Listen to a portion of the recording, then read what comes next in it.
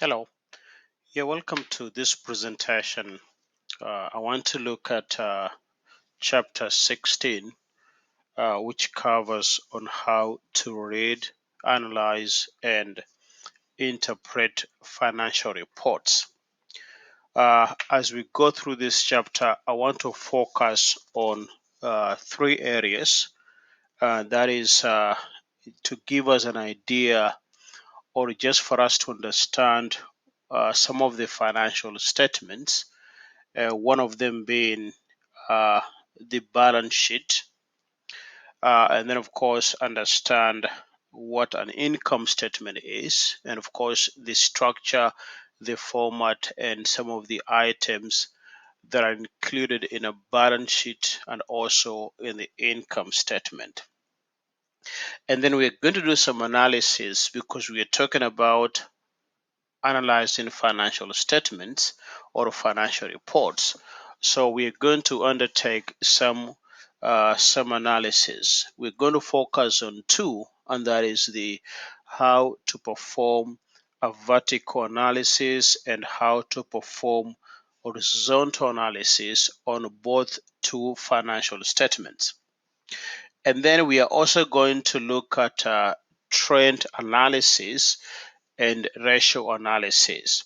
Again, my objective here is just to give you a conceptual overview of the chapter or this concept.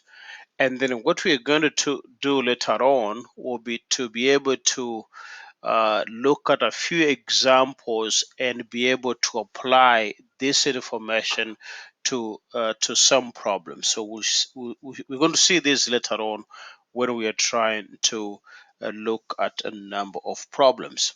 So again, the challenge or the best approach is if we're talking about on how we can analyze the financial statement, so it is very important that we understand the nature of this financial statement.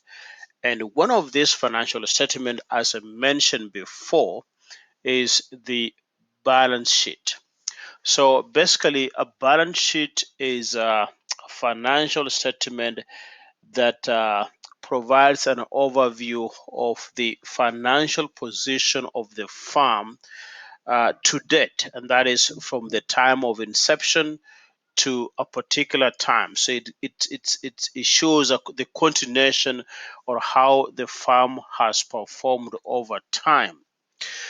So this is an example of the format of a balance sheet and what is contained in a balance sheet. So you can see on the left side, you have current assets, and we have different examples of current assets.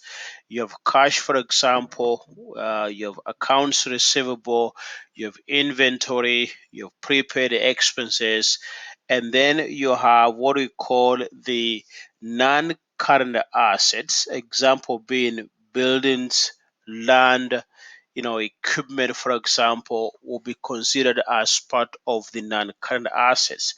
And on the right side of the balance sheet, we have the liabilities. Again, we have the current liabilities, which could be in form of the accounts payable, salaries payable, and then we have the non-current, what we call the long-term liabilities, which could be in terms of bonds, for example, or mortgages, and so on and so on. Then, in addition to that, we also have the equity side, which shows us the common stock, retained earnings, and so on. So basically, what we are trying to say is the right side represents the assets of the firm, and the left side is representing the liabilities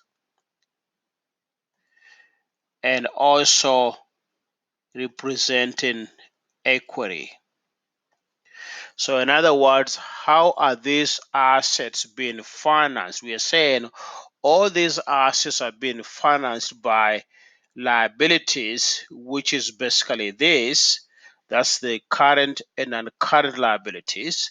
And we are also saying the assets are being financed by equity. So this is the equity and this is the liabilities. Again, I'm sure you have heard about the accounting equation where assets is equal to the liabilities and equity. And this basically explains this through the balance sheet. Sometimes we call this the balance sheet equation, but it shows you how the assets are being financed by the firm. But again, that's not our focus here.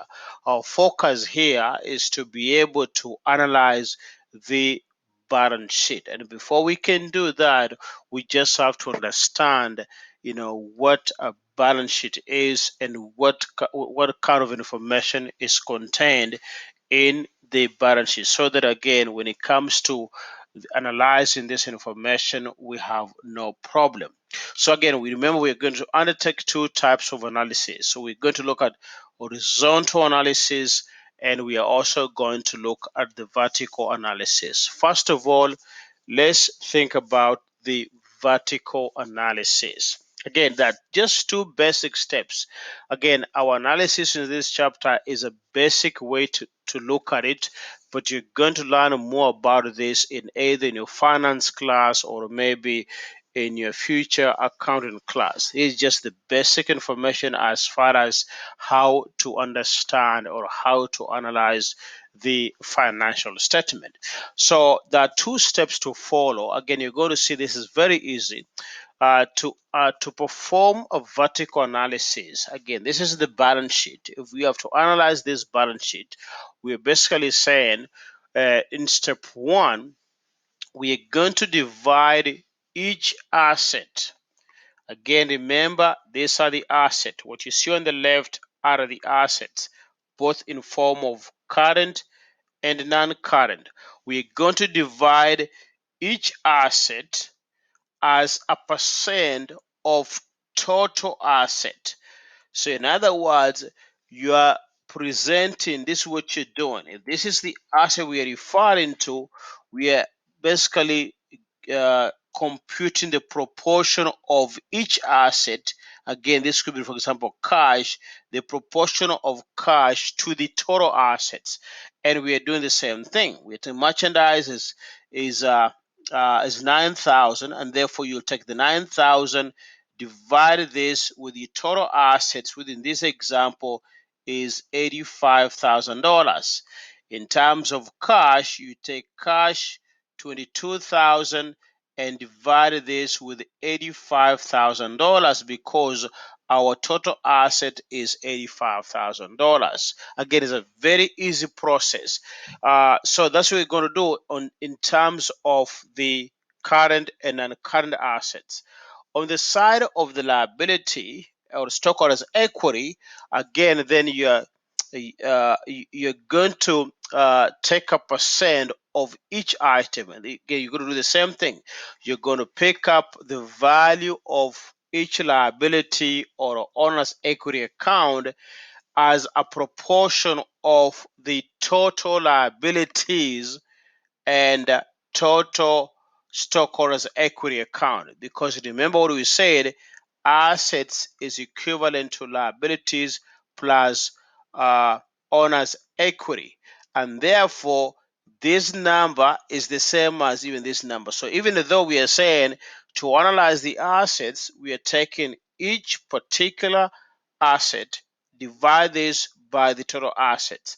On the liability side or equity side, we are picking up again every single equity account or liability account, and we divide this by the total of liabilities plus owners equity. So it's the same thing even saying you'll take each liability account. So the same thing saying you'll take each liability account and just divide this with the even total assets. Again, it's the same thing because this number is the same as that number. They all have to equal. So because of that, either you could use the total assets or you could use the liabilities plus equity because it is representing the same value. Again, if I take you to the balance sheet, you could see your total assets here is 205,000. your total liabilities and owner's equity is 205. So you could then just take the 80,000 here and divide this with the 205. It will be the same thing saying taking the $80,000 and dividing this with the 205,000 on the asset side. Again, it's a very simple process when it comes to vertical analysis. So you're basically representing each value to the total assets or representing each value of equity or liabilities to the total liabilities and owner's equity. So that's how, again, they're able to divide this number. So if you take $22,000 divided by total assets, you're going to get a percent of 25.88. If you take, for example, you have building is 18,000 and you divide 18,000 with 85,000, again, this is going to give you the 21.19%. So you basically have a 0.2119 as a percent is 21.19%. And you do the same thing in terms of the liabilities and owners equity. Again, if, for example, common stock is 20,000 here, you're going to divide this with your total liabilities and owner's equity, which in this example, you'll find that to be, again, the $85,000, and by so doing, again, this will give you that particular proportion. So it's a very easy step when it comes to computing the vertical analysis on the balance sheet. And we're going to see how we apply the same analysis when it comes to the income statement. So that's how we go about in computing the vertical analysis. The other type of analysis is what I said before, and that is the horizontal analysis. Horizontal analysis, we have 3 steps to follow. Again, it's a very straightforward process.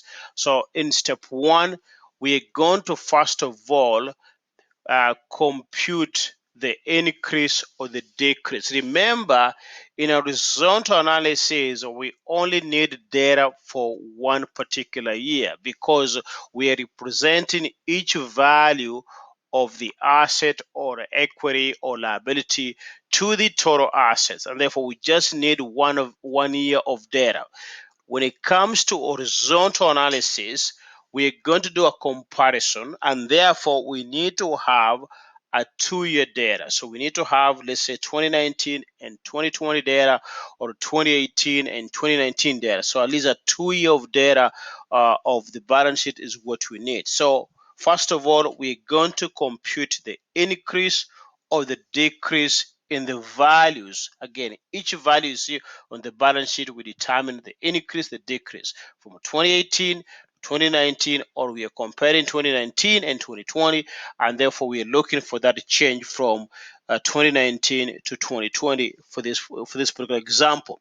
So for example, here you've been given a cash as an asset. Here again, you've been given for 2020 $6,000, and for 2019 is $4,000. So we are saying from a 2019 to 2020, because 2019 becomes your base year, to 2020, you had an increase of $2,000. That's the base of the increase, and that, again, that's why you're seeing the $2,000 there.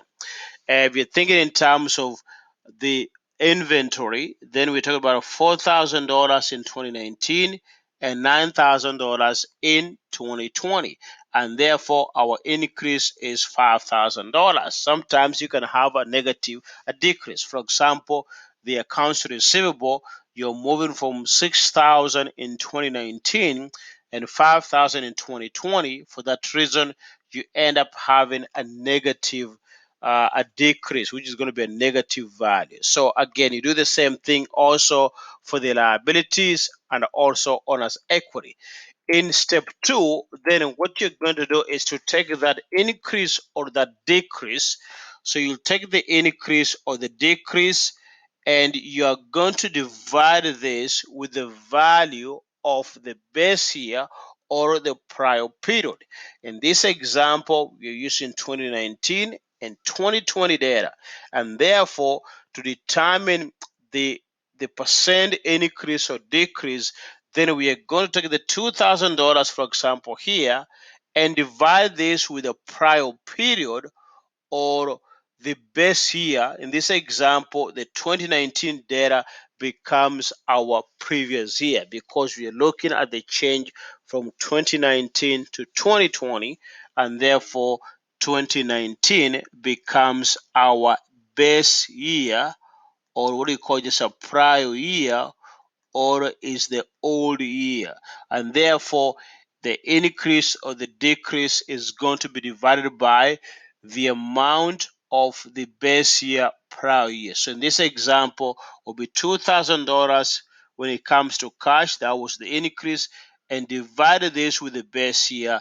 The base year is $4,000. Divide this with $4,000, again you get 50%. The same thing for building. We are talking about from 12,000 in 2020, and in 2019 you had 12,000. Again, the change was zero. There was no increase in plant in buildings. For that reason, you end up having no increase or decrease, and therefore your percent remains the same as zero. Again, it's a very easy process. It's just, first of all, determine what you're going to consider as your base year. Your base year is going to be, of course, the older or the prior period will be your base year, and then determine the increase and take that increase and divide it with the amount of the base year, and that will give you what the percent increase or percent decrease is. Again, it's a very easy process. The other one which I want to just walk through quickly is how to determine the the the comparative or how to determine the horizontal analysis and vertical analysis. But in this example, it is not on the balance sheet. This one, what about if we're using the income statement? Again, the procedure is going to be the same. Now, in terms of the vertical analysis, remember, for the balance sheet, we were dividing each value on the balance sheet with total assets. This is what we did when we were dealing with the balance sheet. Now, with the income statement, what we are going to do again is dividing every single element or item in the income statement, and we divide this with our net sales. So our net sales becomes what is going to be our denominator or our base. Again, for example, we know that we have a 45,000 in 2020. Again, in terms of vertical analysis, we only need 1 year of data, and therefore 45,000 divided by, again, 45,000, you end up having the 100%. And in terms of depreciation, is $1,000 here. Again, you take the $1,000, divide this with your 45,000 here, and that gives you a 1.72% in terms of the vertical analysis. In terms of the other, for example, total operating expenses, again, is 8,600. Divide this again with the 45,000, and that gives you a value of 14.83%. Again, it's a very simple process. It's just every single element on the income statement is going to be divided with net sales. When it comes to the balance sheet, is every single element on the balance sheet is going to be divided by total assets. Again, so once you know which one you have to use, it's going to be very easy when it comes to computing these values. Again, when it comes to the issue of horizontal analysis, even on the income statement, you'll also need a 2-year data, and then you'll do the same thing as the what we did when we were looking at the horizontal analysis on the balance sheet. You're going to look for the change, and then you'll take the change and divide it by the base year amount, and that will give you the percent increase or the percent decrease. So what you're going to do, again, you'll pick up, for example, here we have sales here. In 2019 they were 80,000, in 2020 is 90,000, so you had an increase of 10,000. In terms of the research expenses, here was 600 in 2020 and it was 1,000 in 2019. For that reason, you had a decrease in research expenses. In terms of the interest expense, again, you could see the 4,000 in 2019, 4,000 in 2020. For that reason, there was no change, that's zero, and therefore, again, the percent increase is going to be zero. So again, you'll take that amount and divide it with the prior period. So in this example, what is our prior period? Our prior period is going to be the 2019. So you look at the change, find the change, and take the change. For example, take the $400 here and divide this with your 2019, because the 2019 becomes your base year. By so doing, you'll get a percent and so on. So again, this is how you can go about in trying to compute the change. So again, it's on the same level. Get the increase or the decrease and divide that decrease or increase with the prior period, and that will give you what your horizontal percent is in that regard. So again, it's a very simple process when it comes to income statement or the balance sheet. You should be able to compute a vertical analysis and also perform a horizontal analysis. The other aspect when it comes to analyzing financial statement is the trend analysis and the ratio analysis.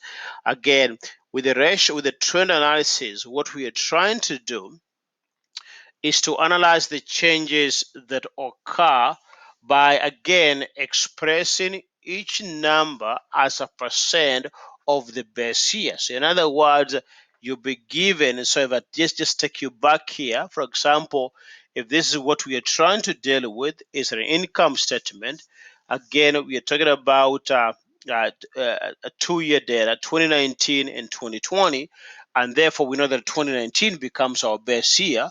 So therefore, in this case, if you're trying to perform a trend analysis, you're trying to determine the percentage change from 2019 to 2020, you'll then just pick up the 20, the each value. You'll express this 90,000 divided by 80,000.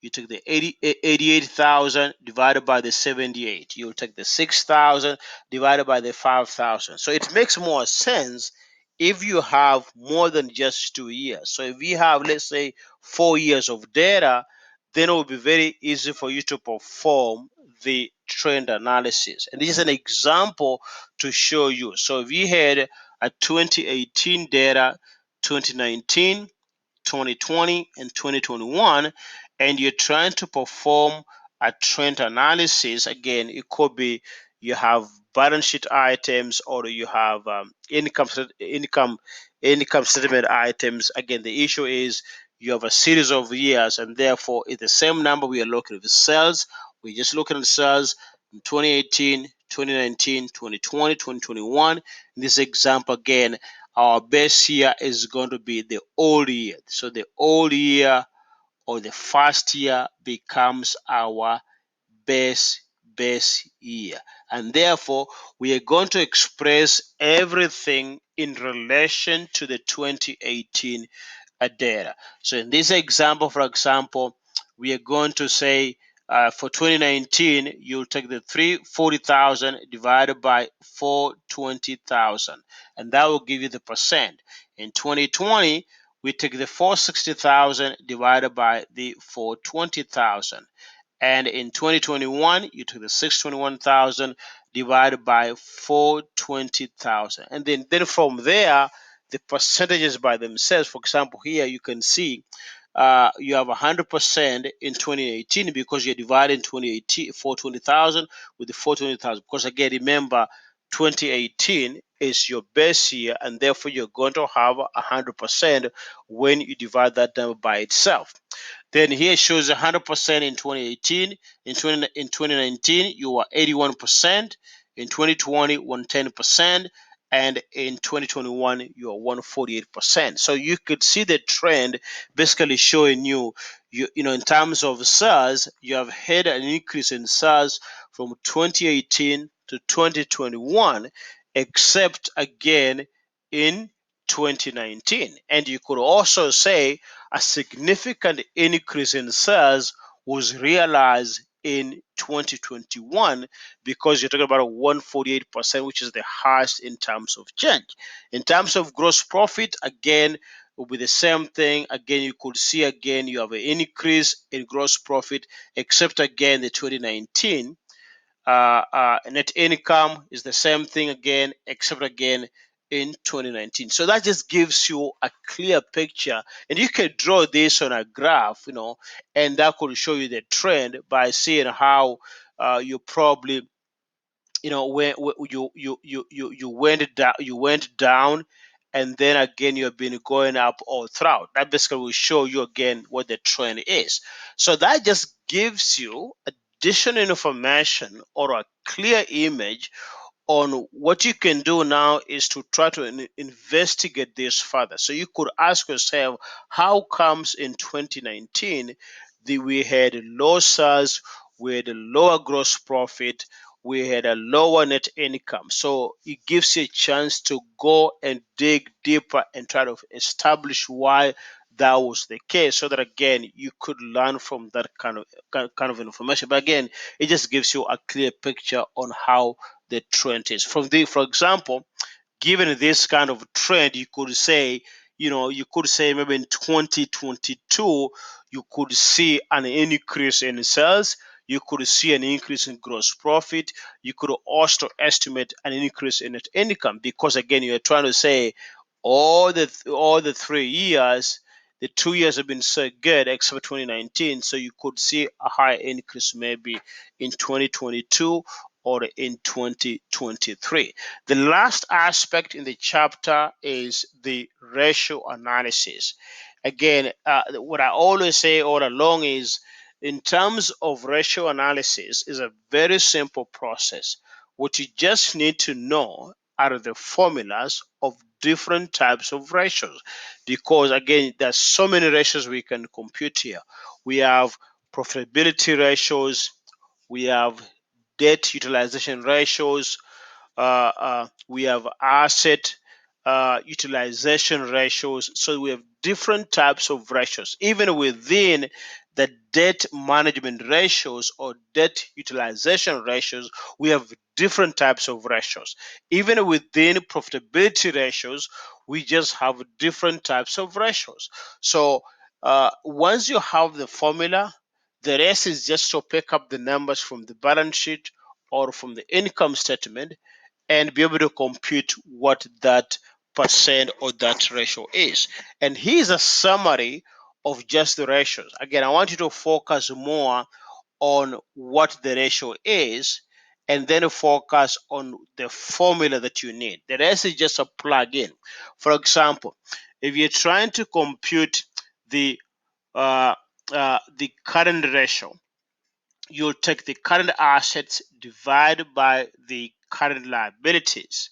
Now we know that since you know or you understand what is contained in the balance sheet and what is contained in the income statement, now in terms of picking the numbers, you know that in terms of the current ratio, we know that the current assets and the current liabilities are from the balance sheet. So you just go to the balance sheet, and where do you go? In the current assets. You go there, find the total value of the current assets, find the value, and also find the value of the current liabilities, divide those two numbers, and it will give you a number. So again, we go further than that. So the question you ask yourself, what is the number telling you? For example, in this example, you have basically the a current ratio of of 61 divided by 92, which in this case you're going to have a 0.66 ratio. So in other words, what you're trying to interpret when it comes to this ratio is trying to say, for example, that for every $1 of liability, you have uh, for you have $1 of current assets. That's basically what the number is telling you. For every $1 of current liability, you have $1 or 0.66 cents of the current assets. In terms of the asset test ratio, again, you just pick up the formula and plug in the numbers. In terms of the average daily collection, days collection, you take your current accounts receivable, divide this with your daily net sales. In terms of your total debt to total assets, you'll take your total liabilities and divide it by total asset. Again, this number is going to tell you for every $1 of assets, is being financed by how much of debt. So how much of the debt is financing $1 of assets? For each $1 of uh, liabilities, for example, here, how much is being financed by the current assets. So, in other words, again, you want to make sure that the farm has enough current assets here to basically meet the current obligation. So, in this case, is if you have too much, so for example, in this case is where you have more in terms of the current liabilities than it is in current assets. So in this case, again, the farm is not liquid enough because again we have more liabilities than we do have for the current assets. So you want this to be almost like a reversal. You want to have more current assets than current liability. But again, just giving the indication on what to do and how the farm is performing. So there's so many types of ratios. What I just want you to do is review the book, the text, and make sure you understand the formula, and then just go to the balance sheet or income statement and pick up the numbers there, do the computation, and ask yourself, what is the number telling you? And the way I want you to look at it is when it comes to the interpretation of the financial ratios, what I want you to do is look at the formula first and ask yourself, what is this formula saying? For example, I know that when I see this, total liabilities is equals to total assets. Again, it's basically telling me if this number is almost like less than one, if I get a number that is less than one, then it's telling me that more I have more liabilities. Now, if the number is less than one, then so for example, if the number is less than one, it tells you here this number is smaller and this number is more. So you have more assets than you do have for liabilities. And if this number is greater than one, then it's telling you have more liabilities uh, uh, than you do have for the total asset. For that reason, you'll end up having a value that is more than one. Again, ignoring the times 100 as a percent, I would just look at the number just as a decimal to tell me, what reflection can you draw from that decimal number that you're going to get, or a whole number you're going to get if it is the other way. So if it's the other way, you get a number that is greater than one. Is either way you get a number that is less than one. So what can you draw from that particular number? So just review the formula by itself because it will give you a sense on how to go about in trying to interpret those financial ratios. But again, I hope this just gives you a conceptual overview of the chapter, but then we can try to put some numbers into this in the next series or the next segment where we're going to compute some financial ratios. We're going to compute some trend analysis and also undertake the horizontal analysis and vertical analysis. And what I always say, when it comes to the vertical analysis or even horizontal analysis, the best approach is always to use Excel. It's very easy just to plug in the formula and everything else. Again, you're going to do like a 1 minute, 2 minutes, you're done. Then if you try to do this the manual way. So see you in the next segment where we're going to look at some examples on how we can apply the information in this chapter to some problems.